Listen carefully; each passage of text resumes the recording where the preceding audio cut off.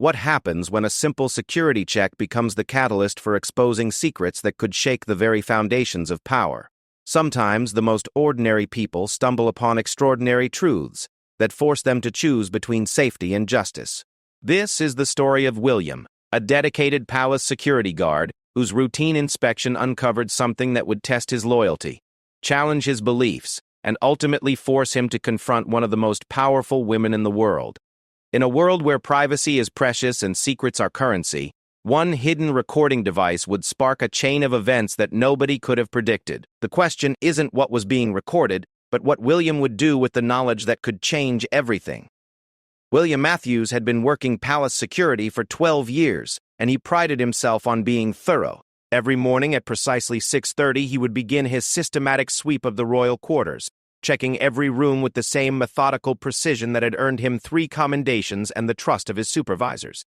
His colleagues often joked that William could spot a paperclip out of place from across a room, but they said it with respect. In a job where attention to detail could mean the difference between safety and disaster, William's eagle eyes were legendary. On this particular Tuesday morning in October, the autumn light filtered through the tall windows of Clarence House as William made his way through the familiar corridors. The building held an air of quiet elegance, its walls lined with portraits of generations past, each one watching over the daily routines of those who now called this place home.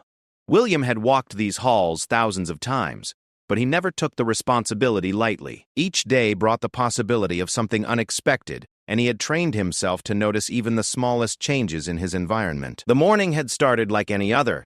William had checked in with the night's security team, reviewed the previous evening's reports, and collected his equipment. His routine was so well established that he could practically perform it with his eyes closed, but that familiarity was exactly what made him so effective. When something was different, William would know immediately. As he entered the private study that served as an informal meeting room, William noticed that the furniture had been rearranged slightly from the day before. The antique writing desk had been moved a few inches closer to the window, and the chairs around the small conference table had been repositioned. This wasn't unusual in itself, as the rooms were frequently adjusted to accommodate different meetings and functions, but it triggered William's practiced awareness to pay extra attention to the space. He began his systematic check, running his hands along the undersides of tables and chairs, examining picture frames for signs of tampering, and inspecting the various decorative objects that adorned the room. These searches were part of his regular security protocol, designed to detect any surveillance devices or suspicious objects that might have been planted by unauthorized individuals. In today's world, threats could come in forms as small as a button or as thin as a coin, and William had been trained to find them all. It was when he reached the ornate bookshelf that lined the far wall that his fingers detected something that shouldn't have been there. Hidden behind a leather-bound volume of British constitutional law, his fingertips brushed against a small, hard object that felt distinctly out of place among the dust and aged book spines. William's heart rate quickened slightly as he carefully moved the books aside to get a better look at what he had discovered. What he found was a sophisticated digital recording device no larger than a matchbox, tucked carefully into the back corner of the shelf. The device was black and barely visible in the shadows, designed to blend seamlessly with its surroundings. William recognized it immediately as professional-grade surveillance equipment, the kind that required significant technical knowledge to operate and considerable resources to obtain. This wasn't some amateur attempt at eavesdropping. This was serious, high-level surveillance gear. William's mind raced as he stared at the device. His training kicked in, and he carefully photographed the recorder from multiple angles before touching it. He noted its exact position, the way it had been concealed, and any other details that might be relevant to the investigation that would surely follow. The weight of his discovery settled on his shoulders like a heavy cloak. Someone had been recording conversations in this room, and given the sensitive nature of the meetings that took place here, the implications were staggering. The device appeared to have been recently placed, as there was no dust accumulation around it, unlike the genuine dust that had gathered on the books that had concealed it. William estimated that it had been there for perhaps a week at most, maybe less. The timing was significant because he knew that several important meetings had taken place in this room during that period, including private discussions between high-ranking members of the royal household and various government officials. As William carefully extracted the device, taking care not to damage it or disturb any potential fingerprints, He wondered who could have placed it there and, more importantly, who had access to the information it contained. The list of people with the security clearance and opportunity to plant surveillance equipment in this particular room was remarkably short. It would have required someone with intimate knowledge of the palace's security procedures, access to the private quarters, and the technical expertise to operate such sophisticated equipment. The device itself was a marvel of modern surveillance technology. It was equipped with a high-capacity memory card capable of storing weeks of continuous audio recordings, and its battery life indicator showed that it was still actively recording. William realized with a chill that their conversation in that very moment was being captured by the device in his hands. He quickly located the power button and shut it down, but not before noting that the memory indicator showed it was nearly full, suggesting it had been operating for some time. William's thoughts turned immediately to protocol. His training had prepared him for exactly this type of discovery, but knowing the theoretical steps and actually implementing them in such a sensitive situation were two very different things. He needed to secure the device, document the discovery thoroughly, and report it through the proper channels. However, he also understood that this particular find was going to create ripples that would extend far beyond a simple security breach report. The location of the device was particularly troubling. This study was used primarily for informal meetings and private conversations, the kind where participants might speak more freely than they would in formal conference rooms. It was exactly the type of environment where sensitive information might be shared, personal opinions expressed, and confidential matters discussed. If someone had been systematically recording these conversations, they would have access to a treasure trove of private information about the inner workings of the royal household. William carefully placed the device in an evidence bag, sealed it properly, and made detailed notes about the time, location, and circumstances of his discovery. He photographed the bookshelf from multiple angles, showing exactly where the device had been hidden and how it had been concealed. Every detail would be crucial for the investigation that was about to begin. As he prepared to report his discovery, William couldn't shake the feeling that this was just the beginning of something much larger. In his 12 years of security work, he had encountered various threats and suspicious activities, but nothing quite like this. The sophistication of the equipment and the sensitive location where it had been placed suggested that this wasn't a random act by an opportunistic individual. This had the hallmarks of a planned professional operation. The implications of his discovery weighed heavily on William's mind as he secured the room and prepared to contact his supervisors. Someone with significant access and resources had been secretly recording private conversations in one of the most secure buildings in the country. The questions that needed answers were mounting. Who had placed the device? How long had it been there? What conversations had been recorded? And most importantly, what was going to be done with the information that had been gathered? William checked his watch and realized that in just a few hours, this room would be hosting another private meeting. The irony wasn't lost on him that his discovery might have prevented yet another sensitive conversation from being secretly recorded. As he made his way toward the security office to file his report, William understood that his routine Tuesday morning sweep had uncovered something that would likely make headlines around the world once the truth came to light. The weight of the evidence bag in his hand seemed to grow heavier with each step. Inside that small device was potentially enough information to embarrass, compromise, or damage the reputations of some of the most powerful people in the country. William had always known that his job carried significant responsibility, but he had never imagined that a routine security check would place him at the center of what was clearly going to be one of the biggest scandals in recent royal history. As he reached for the door handle of the security office, William took a deep breath and mentally prepared himself for the chain of events that his discovery was about to set in motion. Little did he know that within hours his name would be known to the highest levels of government and royal administration, and that his methodical attention to detail would become the key that unlocked a mystery that reached into the very heart of the establishment he had spent his career protecting. The security office at Clarence House erupted into controlled chaos within minutes of William's report. Chief Security Officer Margaret Henderson had seen many things during her 20-year career, but the implications of William's discovery sent immediate alarm bells through every level of the security apparatus. She understood immediately that this wasn't just a security breach. It was a potential constitutional crisis waiting to unfold. Margaret's first call was to the Director of Royal Protection, followed immediately by contacts at Scotland Yard and MI5. The chain of communication moved with military precision as the gravity of the situation became clear to everyone involved. Within 2 hours, a team of specialists had descended upon Clarence House, treating the private study as a crime scene and the recording device as evidence in what was quickly becoming one of the most sensitive investigations in recent British history. The forensics team worked with quiet efficiency, photographing every inch of the study and dusting for fingerprints on surfaces that might have been touched during the placement of the device. The bookshelf where William had made his discovery received particular attention, with experts analyzing the positioning of books and the accumulation of dust to determine exactly when the device had been installed.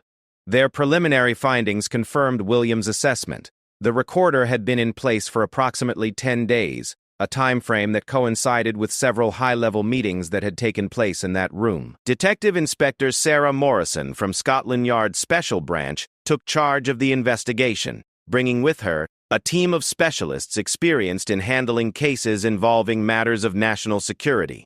Her reputation for discretion and thoroughness had earned her assignments on some of the most sensitive cases in British law enforcement, and she understood that this investigation would require a delicate balance between thoroughness and confidentiality.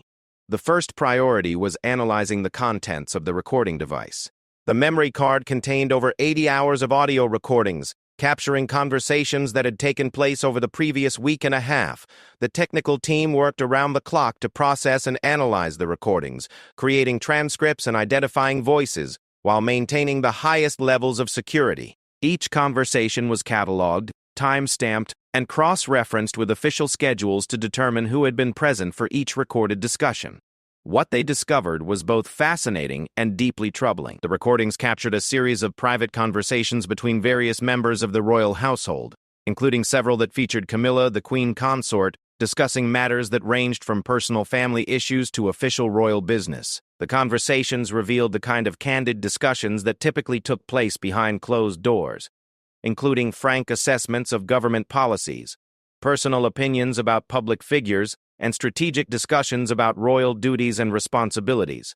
One conversation in particular caught the attention of investigators. In it, Camilla could be heard discussing concerns about media coverage and public perception, expressing frustrations about certain aspects of royal protocol, and sharing her personal views on several contentious political issues. While none of the recorded conversations contained anything illegal or scandalous in the traditional sense, they did reveal the private thoughts and opinions of one of the most prominent members of the royal family, speaking in what she believed was a secure private environment. The investigation team faced a complex challenge in determining how the recording device had been placed in such a secure location. Access to the private study was strictly controlled, with only a small number of individuals possessing the necessary security clearance and physical access to enter the room unsupervised. The list included senior members of the royal household staff, certain government officials, and a handful of trusted contractors who performed specialized services within the royal residences. Detective Inspector Morrison methodically interviewed each person who had access to the study during the relevant time frame. The interviews were conducted with extreme sensitivity given that many of the subjects were prominent figures in British society and government. Each person's movements were tracked, their alibis verified, and their potential motives examined. The investigation revealed a complex web of relationships, professional rivalries, and personal dynamics that painted a picture of life behind the scenes in one of Britain's most prestigious institutions. The technical analysis of the recording device provided additional clues about the perpetrator.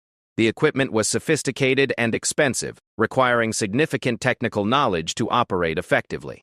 The way it had been concealed suggested familiarity with the room's layout and the daily routines of those who used it. Most tellingly, the device had been programmed with specific recording parameters that indicated the person responsible had intimate knowledge of when the room would be occupied and when it would be empty. As the investigation progressed, a disturbing pattern began to emerge. The recordings had been made with surgical precision, capturing only the most sensitive conversations while avoiding routine administrative meetings and mundane discussions. This selectivity suggested that whoever was responsible had advanced knowledge of the topics that would be discussed and had specifically targeted conversations of particular interest or value. The pressure on the investigation team was immense. News of the security breach had already reached the highest levels of government, and there was mounting pressure to identify the perpetrator quickly while maintaining absolute confidentiality about the investigation's existence. The potential for political and constitutional ramifications grew larger with each passing day, as officials grappled with the implications of private royal conversations being secretly recorded and potentially compromised. Margaret Henderson coordinated with MI5 to expand the investigation beyond the immediate palace staff. Intelligence analysts began examining potential foreign connections, looking for any signs that the surveillance operation might be connected to hostile foreign governments or international intelligence services. The sophisticated nature of the equipment and the professional execution of the operation raised serious questions about whether this was the work of a lone individual or part of a larger, more organized effort. The psychological profile of the perpetrator, developed by criminal behavior specialists, suggested someone with intimate access to royal circles but harboring feelings of resentment or betrayal.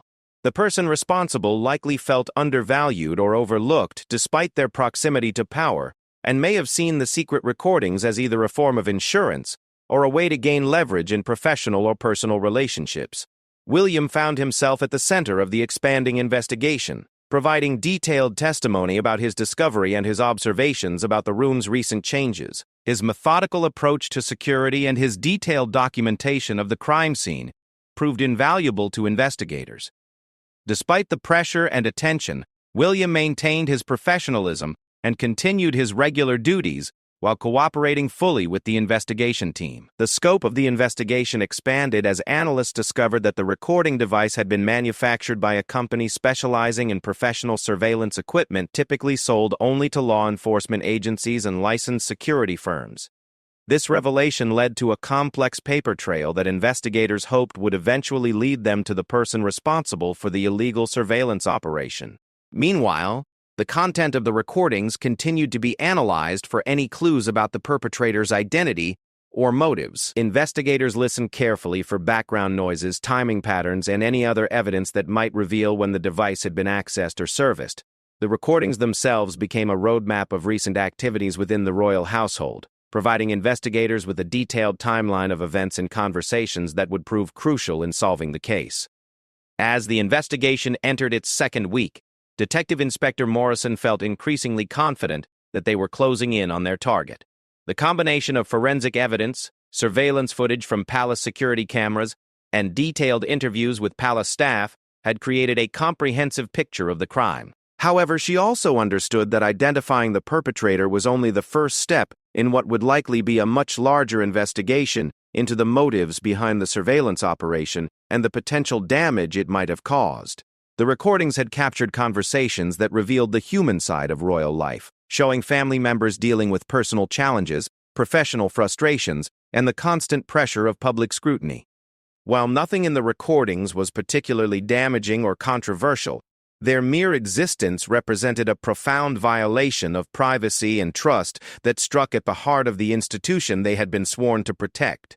As investigators prepared to move to the next phase of their operation, the tension within Clarence House was palpable. Everyone knew that the discovery of the recording device was just the beginning of a story that would ultimately reshape relationships within the royal household and potentially have far-reaching consequences for all involved. The question was no longer whether the perpetrator would be identified, but what would happen once the truth came to light. The breakthrough in the investigation came from an unexpected source: the palace's own security camera system. Detective Inspector Morrison and her team had spent countless hours reviewing footage from the weeks leading up to William's discovery, tracking the movements of everyone who had accessed the private study. It was during this painstaking review that they noticed something peculiar in the behavior of James Whitfield, a senior administrative assistant who had worked in the royal household for 8 years. James had always been regarded as a model employee, discreet, efficient, and utterly reliable. His position gave him access to virtually every area of Clarence House, and his administrative responsibilities often required him to prepare rooms for meetings, including the private study where the recording device had been discovered.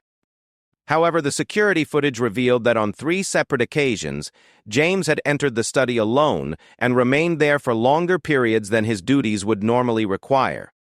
The investigation team focused their attention on James, conducting a thorough background check that revealed financial pressures and personal circumstances that might have motivated him to compromise his position. James had recently gone through a difficult divorce, leaving him with substantial legal fees and reduced income due to alimony payments.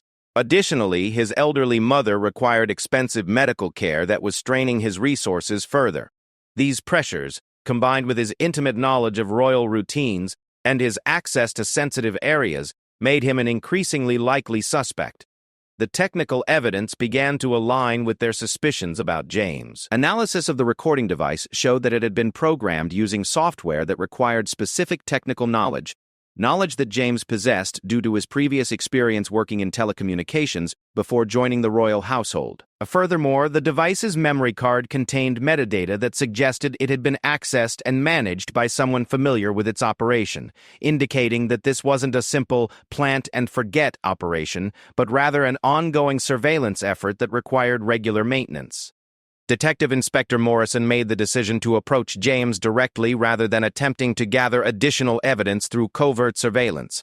The sensitivity of the case and the need to resolve it quickly made a direct confrontation the most appropriate course of action. She arranged to meet with James in a neutral location away from Clarence's house, ostensibly to discuss his observations about security procedures in his role as administrative assistant. The meeting took place in a quiet conference room at New Scotland Yard on a grey Thursday morning. James arrived punctually, dressed in his usual professional attire, showing no obvious signs of nervousness or guilt.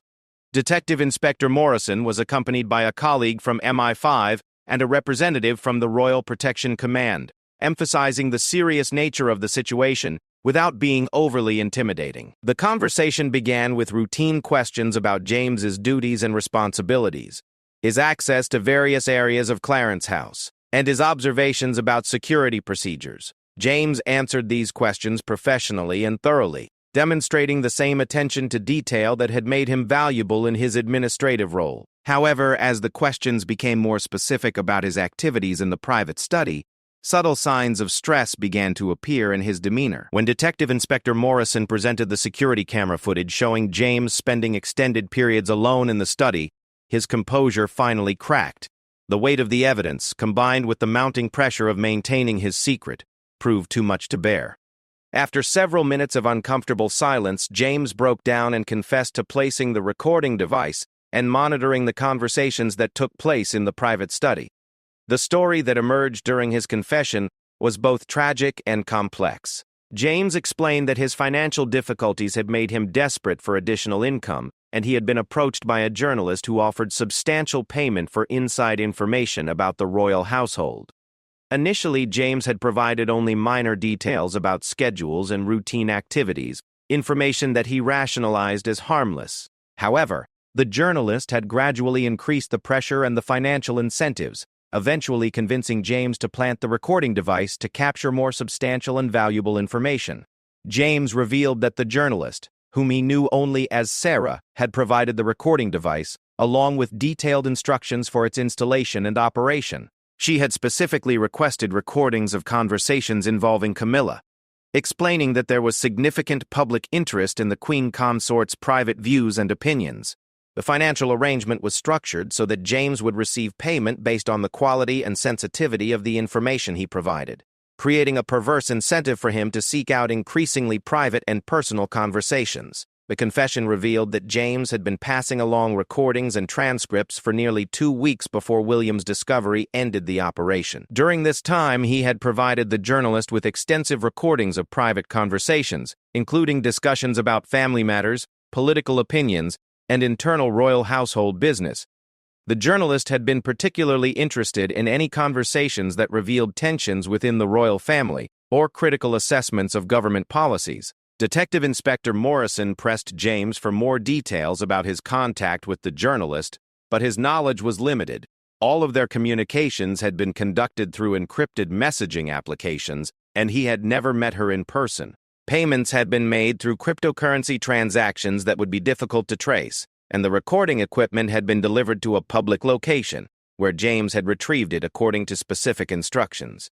The revelation that a journalist was behind the surveillance operation transformed the investigation into something even more complex and potentially damaging. The possibility that private royal conversations had been recorded and shared with the media created a crisis that extended far beyond a simple security breach. The investigation team now faced the challenge of identifying the journalist and determining what she planned to do with the recorded material. James provided investigators with copies of all his communications with the mysterious journalist, along with detailed information about their arrangement and the specific conversations he had been instructed to target.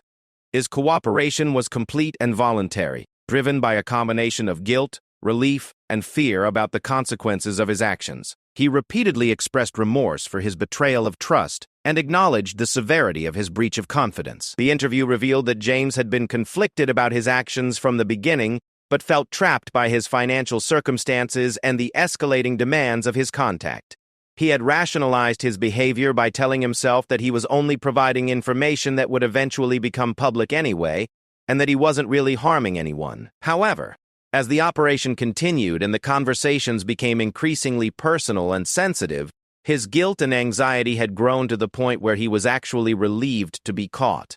The investigation team's immediate priority was to determine whether any of the recorded material had already been published or was scheduled for publication. James confirmed that he had provided multiple recordings to the journalist over the course of 2 weeks, but he had no knowledge of her specific plans for using the material. The possibility that private conversations involving the Queen Consort might appear in newspapers or online publications created an urgent need to contact media organizations and attempt to prevent publication. As the immediate crisis management efforts got underway, Detective Inspector Morrison turned her attention to the broader implications of James's confession. The case had revealed significant vulnerabilities in palace security procedures and highlighted the ongoing challenge of protecting the royal family's privacy in an age of sophisticated surveillance technology and intense media interest. The incident would likely lead to comprehensive reviews of security protocols and background check procedures for palace staff. The human element of the case was perhaps the most troubling aspect for those involved in the investigation. James had been a trusted member of the royal household staff for 8 years, with an exemplary record and no previous indications of unreliability or disloyalty. His downfall had been driven by personal financial pressures and poor judgment rather than any fundamental character flaws or ideological motivations. This reality made his betrayal even more painful for his colleagues and supervisors, who had considered him a friend as well as a valued employee. The confession also raised questions about the security clearance process and the ongoing monitoring of staff who had access to sensitive areas and information. While it would be impossible to completely eliminate the risk of insider threats, the incident highlighted the need for better systems to identify and address the personal pressures that might make trusted employees vulnerable to external manipulation. As the interview concluded, James was formally arrested and charged with violations of the Official Secrets Act, along with charges related to illegal surveillance and breach of trust. His cooperation with the investigation would likely be taken into consideration during sentencing, but the severity of his actions meant that he faced the possibility of significant prison time and the permanent loss of his career in public service. The investigation team now faced the challenge of tracking down the journalist who had orchestrated the surveillance operation and attempting to prevent the publication of the recorded material. They understood that time was critical, as media organizations moved quickly when they possessed exclusive information about the royal family. The race was on to identify Sarah and determine how much damage her operation had already caused to the privacy and security of the royal household. The race to identify and stop the mysterious journalist known as Sarah became a high-stakes operation involving multiple agencies and resources. Detective Inspector Morrison coordinated with cybercrime specialists to trace the encrypted communications and cryptocurrency transactions, while MI5 worked with international intelligence partners to track potential leads across borders. The investigation revealed a sophisticated operation that had been planned and executed with professional precision. The breakthrough came when cybercrime analysts managed to trace one of the cryptocurrency transactions back to a digital wallet that had been used for other purposes. The wallet's activity pattern led them to discover that Sarah was actually Sarah Fletcher, a freelance investigative journalist with a history of pursuing controversial stories about prominent public figures. Sarah had previously worked for several major newspapers and online publications, building a reputation for aggressive investigative techniques and her ability to uncover private information about celebrities and political figures. Sarah Fletcher's background revealed a woman driven by ambition and a belief that the public had a right to know the private thoughts and activities of public figures, regardless of the methods used to obtain that information. She had been working on a book about the modern royal family, focusing on the behind-the-scenes dynamics and personal relationships that shaped their public roles. The recordings she had obtained through James represented a potential goldmine of authentic, unguarded moments that would give her book unprecedented credibility and commercial appeal. The investigation team discovered that Sarah had been planning her surveillance operation for months, carefully researching the security procedures at Clarence House and identifying potential vulnerabilities in the system. She had specifically targeted James after learning about his financial difficulties through social media posts about his divorce and his mother's medical expenses. Her approach had been gradual and manipulative, building trust over time before revealing the true nature of what she was asking him to do. When authorities finally located Sarah Fletcher, she was staying at a remote cottage in the Scottish Highlands, working on transcribing and analyzing the recordings she had obtained. A coordinated operation involving local police, Scotland Yard, and MI5 agents resulted in her arrest and the seizure of all materials related to her surveillance operation. The cottage was found to contain sophisticated audio analysis equipment, multiple computers, and extensive files documenting her research into the royal family and palace security procedures. Sarah's arrest revealed the full scope of her operation and the potential damage it could have caused. She had already transcribed the most sensitive portions of the recordings and had begun incorporating them into her manuscript. Her plan had been to publish selected excerpts as exclusive revelations in major newspapers before releasing the complete book, a strategy that would have maximized both the financial return and the public impact of her unauthorized surveillance. The confrontation between William and Camilla came about as a result of the investigation's findings and the need to brief members of the royal household about the scope of the breach. As the security guard whose diligence had uncovered the surveillance operation, William was asked to participate in a briefing session where Camilla would be informed about exactly what had been recorded and how the crisis had been resolved. The meeting took place in the same private study where William had discovered the recording device, a location that carried symbolic significance for all involved. Camilla, dressed in a simple but elegant day dress, entered the room with the composed dignity that had become her trademark, but there was an unmistakable tension in her bearing that reflected the stress of the situation. William had never spoken directly with Camilla before, despite working at Clarence House for over a decade. Their interaction had been limited to respectful nods in passing and the occasional brief acknowledgement when their duties brought them into proximity. Now, however, he found himself in the unusual position of briefing the Queen Consort about a security breach that had violated her privacy in the most personal way possible. Detective Inspector Morrison led the briefing, explaining the technical details of the investigation and the scope of the recordings that had been obtained. She outlined the timeline of events, from the placement of the device through William's discovery and the subsequent arrest of both James Whitfield and Sarah Fletcher. Throughout the presentation, Camilla listened with calm attention, asking occasional questions about specific details, but maintaining her composure despite the deeply personal nature of the violation. When Detective Inspector Morrison finished her presentation, Camilla turned her attention to William, acknowledging his role in discovering and stopping the surveillance operation. Her words were measured and gracious, thanking him for his diligence and professionalism in handling such a sensitive situation. She expressed particular appreciation for the careful way he had documented the discovery and his cooperation with the investigation team. William, visibly moved by the recognition, expressed his regret that such a violation had occurred despite the security measures in place. He took personal responsibility for the failure to detect the surveillance operation sooner, although everyone in the room understood that the sophistication of the equipment and the insider nature of the threat had made detection extremely difficult. The conversation that followed was remarkable for its humanity and mutual respect. Camilla acknowledged the personal impact of having her private conversations recorded and potentially exposed, but she also expressed understanding for the complex circumstances that had led James to betray his position. She emphasized that while his actions were inexcusable, she recognized that people sometimes made poor decisions when faced with desperate circumstances. William found himself sharing his own perspective on the importance of security and privacy, speaking with a passion and eloquence that surprised even himself.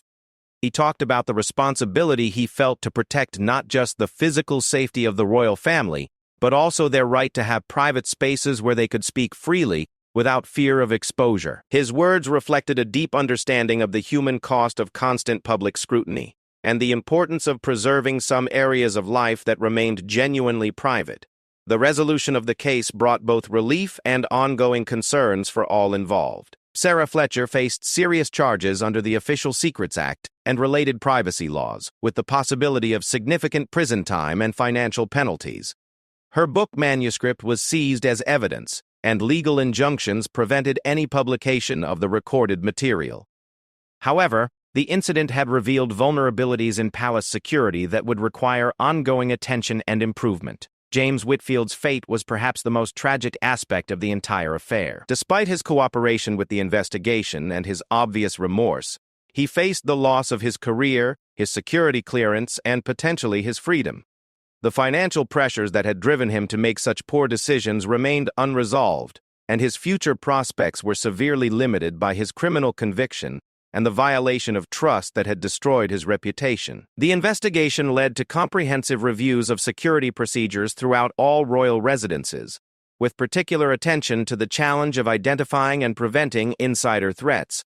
New protocols were implemented for monitoring staff access to sensitive areas, and additional resources were allocated to ongoing security training and awareness programs. William's role in uncovering the surveillance operation earned him both official recognition and the informal gratitude of his colleagues and supervisors. His methodical approach to his duties and his attention to detail had prevented what could have been a much more serious breach of royal privacy. However, the incident also highlighted the ongoing challenges faced by security professionals in an era of sophisticated surveillance technology and intense media interest in the private lives of public figures. The broader implications of the case extended beyond the immediate security concerns to questions about press ethics, privacy rights, and the boundaries of legitimate public interest in the personal lives of public figures. The incident sparked discussions about the need for stronger legal protections against unauthorized surveillance and clearer guidelines for journalists pursuing stories about prominent individuals. For Camilla, the resolution of the crisis brought a measure of peace but also a heightened awareness of the constant threats to her privacy. The knowledge that her private conversations had been recorded and could have been published created a lasting impact on how she approached her daily interactions and the spaces where she felt safe to speak freely. The case of the hidden recorder at Clarence House ultimately became a watershed moment in the ongoing evolution of royal security and privacy protection. It demonstrated both the vulnerability of even the most secure environments to sophisticated threats and the importance of having dedicated professionals, like William Matthews, who remained vigilant in their duty to protect those they served. The incident served as a reminder that in an age of advanced technology and intense media scrutiny, the preservation of privacy and dignity required constant vigilance and the highest standards of professional integrity from all those entrusted with that responsibility. In the months that followed, the lessons learned from this case influenced security procedures not just within the royal household, but across government and other high-profile institutions. The story of how one security guard's attention to detail prevented a major privacy breach became a case study in effective security practices and the importance of never becoming complacent in the face of evolving threats.